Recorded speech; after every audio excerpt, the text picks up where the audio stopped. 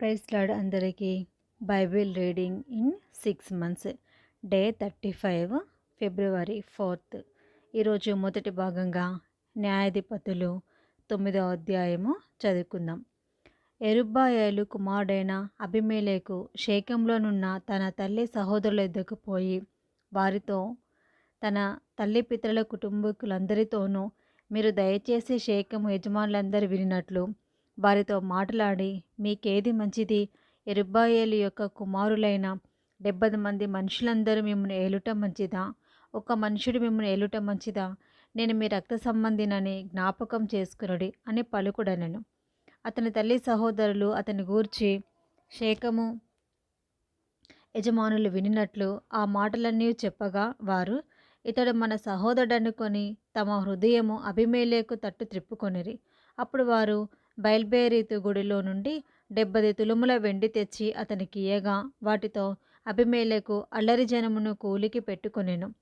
వారు అతని వశమున నుండిరి. తర్వాత అతడు ఒఫ్రాలో ఉన్న తన తండ్రి ఇంటికి పోయి యెరుబ్బయలు కుమారులను తన సహోదరులనైన ఆ 70 మంది మనుషులను ఒక్క రాతి మీద చంపెను. యెరుబ్బయలు చిన్న కుమారుడైన యోతాము మాత్రమే దాగి ఉండి తప్పించుకొనెను. తర్వాత షేకెము యజమానులందరూ మిల్లో ఇంటి వారందరూ కూడివచ్చి షేకెంలోనున్న మస్తకి వృక్షము క్రింద దండుపాలెమునొద్ద అబీమెలెకును రాజుగా నియమించిరి.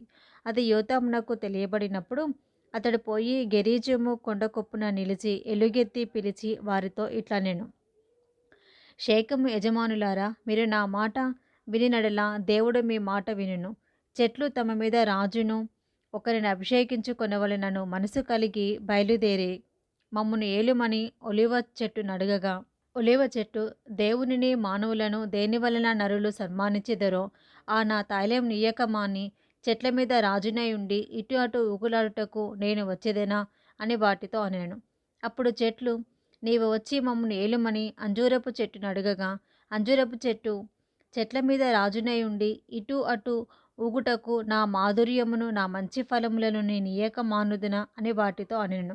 అటు తర్వాత చెట్లు, నీవు వచ్చి మమ్ము ఏలుమని ద్రాక్షావల్లిని అడగగా, ద్రాక్షావల్లి, దేవునిని మానవులను సంతోషపెట్టు నా ద్రాక్షారసమును నేను ఇయ్యక మాని చెట్ల మీద రాజునై ఉండి ఇటు అటు ఊగుటకు నేను వచ్చేదినా అని వాటితో అనెను. అప్పుడు చెట్లనియు నీవు వచ్చి మమ్మును ఏలుమని ముండ్ల పొద యొద్ద మనవి చేయగా, ముండ్ల పొద, మీరు నిజముగా నన్ను మీ మీద రాజుగా నియమించుకొన గోరినెడల రండి, నా నీడను ఆశ్రయించుడి, లేదా అగ్ని నాలో నుండి బయలుదేరి లెబానోను దేవదారు చెట్లను కాల్చివేయునని చెట్లతో చెప్పాను. నా తండ్రి మీ నిమిత్తము తన ప్రాణమును నిర్లక్ష్యపెట్టి యుద్ధము చేసి మిద్యానీయుల చేతిలో నుండి మిమ్మల్ని విడిపించెను. అయితే మీరు నా తండ్రి కుటుంబము మీదికి లేచి ఒక రాతి మీద అతని కుమారులైన 70 మంది మనుషులను చంపి అతని పనికెత్తే కుమారుడైన అబీమెలెకు మీ సహోదరుడైనందున షేకెము వారి మీద అతనిని రాజుగా నియమించి ఉన్నారు. యెరుబ్బయలు ఎడలను అతని ఇంటి వారి ఎడలను మీరు ఉపకారం చేయకయు అతడు చేసిన క్రియలకు మీరు ప్రతిక్రియ చేయకయు అబీమెలెకును రాజుగా నియమించుకొనిన విషయంలో మీరు న్యాయముగాను యథార్థముగాను ప్రవర్తించిన ఎడల నేడు మీరు యెరుబ్బయలు ఎడలను అతని ఇంటి వారి ఎడలను సత్యముగాను యథార్థముగాను ప్రవర్తించినడలా అబీమెలెకు నందు సంతోషించుడి, అతడు మీ యందు సంతోషించునుగాక. లేని ఎడల అబీమెలెకు నుండి అగ్ని బయలుదేరి షేకెము వారిని మిల్లో ఇంటి వారిని కాల్చివేయును గాక. షేకెంలో వారి నుండి మిల్లో ఇంటి నుండి అగ్ని బయలుదేరి అబీమెలెకును దహించునుగాక అని చెప్పి తన సహోదరుడైన అబీమెలెకునకు భయపడి యోతాము పారిపోయి బెయేరునకు వెళ్ళి అక్కడ నివసించెను. అబీమెలెకు 3 సంవత్సరములు ఇశ్రాయేలీయుల మీద ఏలికయై ఉండెను. అప్పుడు యెరుబ్బయలు 70 కుమారులకు చేయబడిన ద్రోహఫలము వారిని చంపిన అబీమెలెకును వారి సహోదరుని మీదికిని అతను తన సహోదరులను చంపునట్లు అతని చేతులను బలపరిచిన షేకెము యజమానుల మీదికి వచ్చినట్లును వారు చేసిన ప్రాణహత్య వారి మీద వచ్చినట్లును దేవుడు అబీమెలెకును షేకెము యజమానులకును వైరం కలుగుటకై వారి మీదికి దురాత్మను పంపెను. అప్పుడు షేకెము యజమానులు అబీమెలెకును వంచిరి. ఎట్లనగా, షేకెము యజమానులు కొండ శిఖరము మీద అతని కొరకు మాటుగాండ్రను ఉంచి ఆ మార్గమున తమకు సమీపించిన వారి నందరిని దోచుకొనిరి. అది అబీమెలెకునకు తెలుపబడెను. ఏబేదు కుమారుడైన గాలును అతని బంధువులను వచ్చి షేకెమునకు చేరగా షేకెము యజమానులు అతన్ని ఆశ్రయించిరి. వారు పొలంలోనికి పోయి వారి ద్రాక్ష పండ్లను ఏరుకొని వాటిని త్రొక్కి కృతజ్ఞతార్పణములు చెల్లించి తమ దేవతల మందిరంలోనికి పోయి అన్నపానములు పుచ్చుకొనుచు అబీమెలెకును దూషింపగా ఏబేదు కుమారుడైన గాలు ఇట్లనెను, అబీమెలెకు ఏపాటివాడు, షేకెము ఏపాటివాడు, మనం అతనికెందుకు దాసులము కావలెను? అతడు యెరుబ్బయలు కుమారుడు కాడా? జెబులు అతని ఉద్యోగి కాడా? షేకెము తండ్రి అయిన హమోరు వారికి దాసులమగుదుము గాని మనం అతనికెందుకు దాసులము కావలెను? ఈ జనము నా చేతిలో నుండినెడల ఆహా, నేను అబీమెలెకును తొలగింతును కదా అనెను. తర్వాత అతడు అబీమెలెకుతో నీ సేనను ఎక్కువ చేసి బయలుదేరి రమ్మనెను. ఆ పట్టణ ప్రధాని అయిన జెబులు ఏబేదు కుమారుడైన గాలు మాటలను వినినప్పుడు అతని కోపాగ్ని మండెను. అప్పుడతడు అబీమెలెకు నొద్దకు రహస్యముగా దూతలను పంపి, ఇదిగో, ఏబేదు కుమారుడైన గాలును అతని బంధువులను షేకెముకు వచ్చియున్నారు. వారు మీ మీదికి పట్టణమును రేపుచున్నారు. కావున రాత్రి నీవును నీతో కూడా జనులను లేచి పొలంలో మాటుగా నుండుడి. ప్రొద్దున సూర్యుడు ఉదయింపగానే నీవు త్వరగా లేచి పట్టణము మీద పడవలెను. అప్పుడు అతడును అతనితోనున్న జనులను నీ యొద్దకు బయలుదేరి వచ్చుచుండగా నీవు సమయము చూచి వారెడల ప్రవర్తింపవచ్చునని వర్తమానం చేసెను. అబీమెలెకును అతనితోనున్న జనులందరినూ రాత్రివేళ లేచి 4 గుంపులై షేకెము మీద పడుటకు పొంచి ఉండిరి. ఏబేదు కుమారుడైన గాలు బయలుదేరి పట్టణపు గవిని దగ్గర నిలిచినప్పుడు అబీమెలెకును అతనితోనున్న జనులను పొంచి ఉండుట చాలించి లేచిరి. గాలు ఆ జనులను చూచి జెబులుతో, ఇదిగో, జనులు కొండ శిఖరము మీద నుండి దిగివచ్చుచున్నారనగా జెబులు, కొండల ఛాయలు మనుషులను పోలి నీకు కనబడుచున్నావని అతనితో చెప్పాను. గాలు, చూడుము, దేశపు ఎత్తైన స్థలము నుండి జనులు దిగివచ్చుచున్నారు. ఒక దండు శకునగాండ్రు మస్తకి వృక్షపు త్రోవను వచ్చుచున్నదనెను. జెబులు అతనితో, ఆహాహా, మనము అతన్ని సేవింపవలసినందుకు అబీమెలెకు ఎవడని నీ మాట ఏమాయెను? ఇది నువ్వు తృణీకరించిన జనము కాదా? పోయి వారితో యుద్ధం చేయుడనగా గాలు షేకెము యజమానుల ముందర బయలుదేరి అబీమెలెకుతో యుద్ధము చేసెను. అబీమెలెకు అతని తరుమగా అతడు అతని ఎదుట నిలువలేక పారిపోయెను. అనేకులు గాయపడి పట్టణపు గవిని ప్రవేశించు చోట పడిరి. అప్పుడు అబీమెలెకు అరుమాలో దిగెను. గాలును అతని బంధువులను షేకెంలో నివసింపకుండా జెబులు వారిని తోలివేసెను. మరునాడు జనులు పొలంలోనికి బయలువెళ్ళిరి. అది అబీమెలెకునకు తెలియబడగా అతడు తన జనులను తీసుకొని 3 తెగలుగా చేయగా వారు ఆ పొలంలో మాటుగా ఉండిరి. అప్పుడతడు చూడగా జనులు పట్టణం నుండి బయలుదేరి వచ్చుచుండిరి కనుక అతడు వారి మీద పడి వారిని హతము చేసెను. అబీమెలెకును అతనితోనున్న తెగలను ఇంకా సాగి పట్టణపు గవిని ప్రదేశమునొద్ద నిలువగా 2 తెగలు పరిగెత్తి పొలంలోనున్న వారినందరి మీద పడి వారిని హతం చేసిరి. ఆ దినమంతయు అబీమెలెకు ఆ పట్టణస్థులతో యుద్ధం చేసి పట్టణమును చుట్టుకొని అందులోనున్న జనులను చంపి పట్టణమును పడగొట్టి దాని స్థలమున ఉప్పు జల్లెను. షేకెము గోపుర యజమానులందరూ ఆ వార్త విని ఏల్ బేరేతు గుడి యొక్క కోటలోనికి చొరబడిరి. షేకెము గోపుర యజమానులందరూ కూడి ఉన్న సంగతి అబీమెలెకునకు తెలుపబడినప్పుడు అబీమెలెకును అతనితోనున్న జనులందరూ సల్మోను కొండనెక్కి అబీమెలెకు గొడ్డలిని చేతపట్టుకొని చెట్ల నుండి పెద్ద కొమ్మను నరికి ఎత్తి భుజము మీద పెట్టుకొని నేను దేని చేయుట మీరు చూచితిరో మీరును నేను చేసినట్లు దానిని త్వరగా చేయడని తనతోనున్న జనులతో చెప్పాను. అప్పుడు ఆ జనులందరిలో ప్రతివాడును ఒక్కొక్క కొమ్మను నరికి అబీమెలెకును వెంబడించి ఆ కోట దగ్గర వాటిని పెట్టి వాటి వలన ఆ కోటను అగ్నిచేత కాల్చిరి. అప్పుడు షేకెము గోపుర యజమానులు అనగా స్త్రీ పురుషులు ఇంచుమించు 1000 మంది చచ్చిరి. తర్వాత అబీమెలెకు తేబేసుకు పోయి తేబేసునొద్ద దిగి దాన్ని పట్టుకొనెను. ఆ పట్టణం నడుమ ఒక బలమైన గోపురముండగా స్త్రీ పురుషులను పట్టణపు యజమానులు అక్కడికి పారిపోయి తలుపులు వేసుకొని గోపుర శిఖరం మీదికి ఎక్కిరి. అబీమెలెకు ఆ గోపురమునొద్దకు వచ్చి దాని మీద పడి యుద్ధం చేసి అగ్నిచేత దాన్ని కాల్చుటకు గోపుర ద్వారమునొద్దకు రాగా ఒక స్త్రీ అబీమెలెకు తల మీద తిరుగటి మీది రాతిని పడవేసినందున అతని కపాలము పగిలెను. అప్పుడతడు తన ఆయుధములను మోయి బంటుని త్వరగా పిలిచి, ఒక స్త్రీ అతని చంపేనని నన్ను గూర్చి ఎవరు అనుకొనకుండునట్లు నీ కత్తి దూసి నన్ను చంపమని చెప్పగా, ఆ బంటు అతని పొడవగా అతడు చచ్చెను. అబీమెలెకు చనిపోయినని ఇశ్రాయేలీయులు తెలుసుకొనినప్పుడు ఎవరి చోటికి వారు పోయిరి. అట్లా అబీమెలెకు తన 70 మంది సహోదరులను చంపుట వలన తన తండ్రికి చేసిన ద్రోహమును దేవుడు మరలా అతని మీదికి రప్పించెను. షేకెము వారు చేసిన ద్రోహం అంతటిని దేవుడు వారి తలల మీదికి మరలా రాజేసెను. యెరుబ్బయలు కుమారుడైన యోతాము శాపము వారి మీదికి వచ్చెను. న్యాయాధిపతులు 10వ అధ్యాయము. అబీమెలెకు తర్వాత ఇశ్శాఖారు గోత్రీకుడైన దోదో మనువడును పువ్వా కుమారుడైన తోలా న్యాయాధిపతిగా నియమింపబడెను. అతడు ఎఫ్రాయిమీల మన్యమందలి షామీరులో నివసించేవాడు. ఇతడు 23 సంవత్సరములు ఇశ్రాయేలుకు న్యాయాధిపతి ఉండి చనిపోయి షామీరులో పాతిపెట్టబడెను. అతని తర్వాత గిలాదు వంశస్థుడైన యాయీరు నియమింపబడిన వాడై 22 సంవత్సరములు ఇశ్రాయేలుకు న్యాయాధిపతిగా ఉండెను. అతనికి 30 మంది కుమారులుండిరి. వారు 30 గాడిద పిల్లలను ఎక్కి తిరుగువారు. 30 ఊరులు వారికి ఉండెను. నేటి వరకు వాటికి యాయీరు గ్రామములని పేరు. అవి గిలాదు దేశంలో నున్నవి. యాయీరు చనిపోయి కామోనులో పాతిపెట్టబడెను. ఇశ్రాయేలులు యెహోవా సన్నిధిని మరలా దుష్ప్రవర్తనులైరి. వారు యెహోవాను విసర్జించి ఆయన సేవ మానివేసి బయలులు, అస్తారోతులు అని సిరియనుల దేవతలను, సీదోనీల దేవతలను, మోయాబీల దేవతలను, అమ్మోనీల దేవతలను, ఫిలిస్తీయుల దేవతలను పూజించుచూ వచ్చిరి. యెహోవా కోపాగ్ని ఇశ్రాయేలు మీదికి మండగా ఆయన ఫిలిస్తీయుల చేతికిని అమ్మోనీయుల చేతికిని వారిని అప్పగించెను.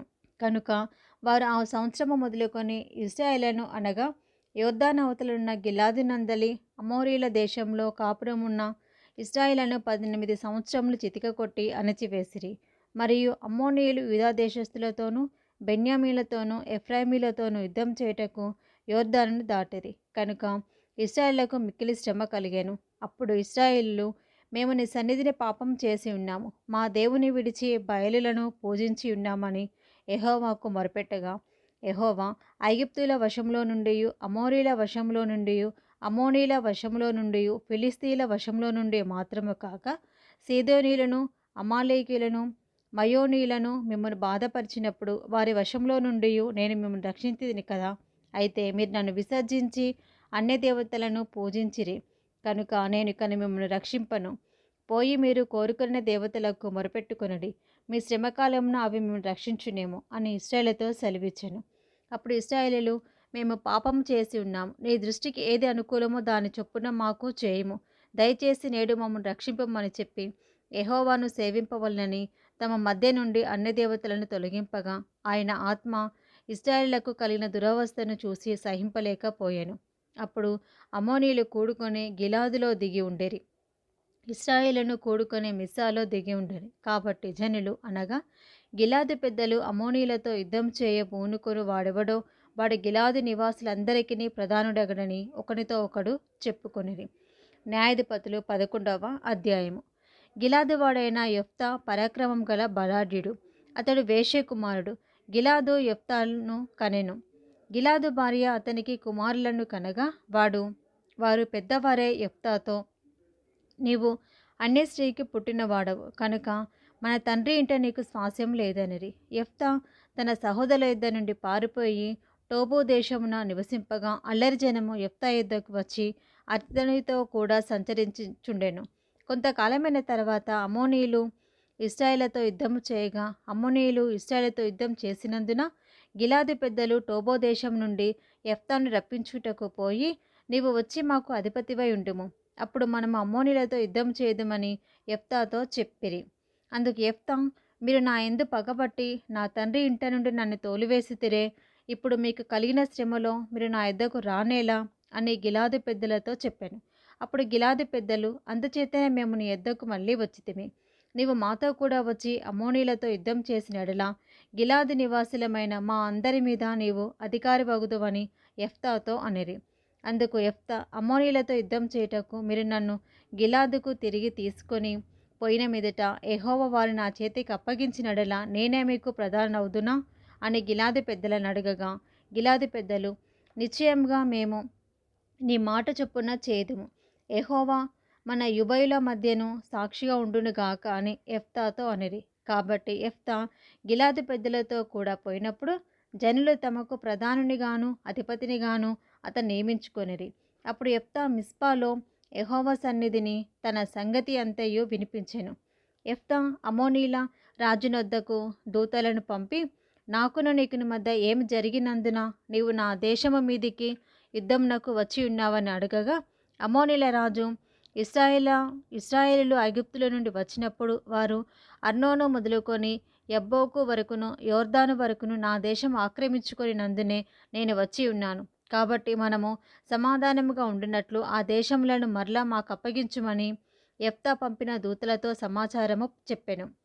అంతటి యెఫ్తా మరలా అమ్మోనీయుల రాజునొద్దకు దూతలను పంపి ఇట్లనెను. యెఫ్తా సెలవించినదేమనగా, ఇశ్రాయేలు మోయాబు దేశమునైన అమ్మోనీయుల దేశమునైనను ఆక్రమించుకొనలేదు. ఇశ్రాయేలు ఐగుప్తుల నుండి వచ్చుచుండగా వారు ఎర్ర సముద్రము వరకు అరణ్యంలో నడిచి కాదేషునకు వచ్చిరి. అప్పుడు ఇశ్రాయేలు ఏదోము రాజునొద్దకు దూతలను పంపి, నీ దేశం గుండా పోవుటకు దయచేసి మాకు సెలవిమ్మని అడగగా, ఏదోము రాజు ఒప్పుకొనలేదు. వారు మోయాబు రాజునొద్దకు అట్టి వర్తమానమే పంపిరి. కానీ అతడును నేను సెలవీయనని చెప్పెను. అప్పుడు ఇశ్రాయేలీయులు కాదేషులో నివసించిరి. తర్వాత వారు అరణ్య ప్రయాణం చేయుచు ఏదోమీయుల యొక్కయు మోయాబీల యొక్కయు దేశము చుట్టూ తిరిగి మోయాబునకు తూర్పు దిక్కున కనాను దేశమందు ప్రవేశించి అర్నోను అద్దరిని దిగిరి. వారు మోయాబు సరిహద్దు లోపలికి పోలేదు. అర్నోను మోయాబునకు సరిహద్దు కదా. మరియు ఇశ్రాయేలు అమోరీల రాజైన సీహోనును హెష్బోను రాజునొద్దకు దూతలను పంపి, నీ దేశం గుండా మా స్థలమునకు మేము పోవున్నట్లు దయచేసి సెలవిమ్మని అతని యొద్ద మనవి చేయగా, సీహోను ఇశ్రాయేలును నమ్మక తన దేశంలో బడి వెళ్ళనీయక తన జనులందరినీ సమకూర్చుకొని యాహాసులో దిగి ఇశ్రాయేలుతో యుద్ధము చేశాను. అప్పుడు ఇశ్రాయేలు దేవుడైన యెహోవా ఆ సీహోనును అతని సమస్త జనమును ఇశ్రాయేలు చేతికి అప్పగింపగా వారు ఆ జనమును హతము చేసిన తర్వాత ఆ దేశ నివాసులైన అమోరీలు దేశమంతయు స్వాధీనపరుచుకునిరి. అర్నోను నది మొదలుకొని యబ్బోకు వరకును అరణ్యము మొదలుకొని యోర్దాను వరకును అమోరీల ప్రాంతములన్నిటినీ స్వాధీనపరుచుకునిరి. కాబట్టి ఇశ్రాయేలు దేవుడైన యెహోవా అమోరీలను తన జనుల ఎదుట నిలవకుండా తోలివేసిన తర్వాత నీవు దానిని స్వతంత్రించుకొందువా? స్వాధీనపరుచుకొనుటకు కేమోషను నీ దేవత నీకిచ్చిన దానిని అనుభవించుచున్నావు కదా. మా దేవుడైన యెహోవా మా ఎదుట నుండి ఎవరిని తోలివేయునో వారి స్వాస్యమును మేము స్వాధీనపరుచుకుందాము. మోయాబు రాజైన సిప్పోరు కుమారుడగు బాలాకు కంటే నీవు ఏమాత్రమును అధికుడవు కావు కదా. అప్పుడు ఇశ్రాయేలుతో ఎప్పుడైనాను కలహించెదవా? ఎప్పుడైనాను వారితో యుద్ధం చేసేదవా? ఇశ్రాయేలు హెష్బోనులోను దాని ఊరులలోను అరోయేరులోను దాని ఊరులలోను అర్నోను తీరముల పట్టణములన్నిటిలోనూ 300 సంవత్సరముల నుండి నివసించుచుండగా ఆ కాలమున నీవేళ వాటిని పట్టుకొనలేదు. ఇట్లుండగా నేను నీ ఎడల తప్పు చేయలేదు, కానీ నీవు నా మీదికి యుద్ధమునకు వచ్చుట వలన నా ఎడల దోషం చేయుచున్నావు. న్యాయాధిపతి అయిన యెహోవా నేడు ఇశ్రాయేలుకును అమ్మోనీయులకును న్యాయం తీర్చునుగాక. అయితే అమ్మోనీయుల రాజు యెఫ్తా తనతో చెప్పిన మాటలకు ఒప్పుకొనలేదు. యెహోవా ఆత్మ యెఫ్తా మీదికి రాగా అతడు గిలాదులోను మనష్షేలోను సంచరించుచు గిలాదు మిస్పేలో సంచరించి గిలాదు మిస్పే నుండి అమ్మోనీయుల యుద్ధకు సాగాను. అప్పుడు యెఫ్తా యెహోవాకు మొక్కుకొనెను. ఎట్లనగా, నీవు నా చేతికి అమ్మోనీయులను నిశ్చయముగా అప్పగించినడలా నేను అమ్మోనీయుల యుద్ధకు నుండి క్షేమముగా తిరిగి వచ్చినప్పుడు నన్ను ఎదుర్కొనుటకు నా ఇంటి ద్వారం నుండి బయలుదేరి వచ్చినదేదో అది యెహోవాకు ప్రతిష్ఠితమగును, మరియు దహన బలిగా దాన్ని అర్పించేదనెను. అప్పుడు యెఫ్తా అమ్మోనీయులతో యుద్ధం చేయుటకు వారి యుద్ధకు సాగిపోయినప్పుడు యెహోవా అతని చేతికి వారిని అప్పగించెను. కనుక అతడు వారిని, అనగా అరోయేరు మొదలుకొని మిన్నీతుకు వచ్చే వరకు అబేల్కేరామీము వరకును 20 పట్టణముల వారిని నిశ్శేషముగా హతము చేశాను. అట్లు అమ్మోనీయులు ఇశ్రాయేలు ఎదుట నిలవకుండా అణిచివేయబడిరి. యెఫ్తా మిస్పాలోనున్న తన ఇంటికి వచ్చినప్పుడు అతని కుమార్తె తంబురలతోనూ నాట్యముతోనూ బయలుదేరి అతనిని ఎదుర్కొనెను.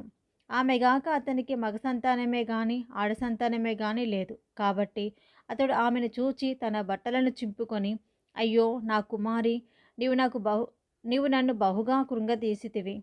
నీవు నన్ను తల్లడింప చేయు వారిలో ఒకతివై ఉన్నావు. నేను యెహోవాకు మాట ఇచ్చి ఉన్నాను కనుక వెనుక తీయలేననగా ఆమె, నా తండ్రి, యెహోవాకు మాట ఇచ్చి ఉంటివా? నీ నోట నుండి బయలుదేరిన మాట చొప్పున నాకు చెయ్యుము. యెహోవా నీ శత్రువులైన అమ్మోనీయుల మీద పగ తీర్చుకొని ఉన్నాడని అతనితో అనెను. మరియు ఆమె నా కొరకు చేయవలసినదేమనగా 2 నెలల వరకు నన్ను విడువుము.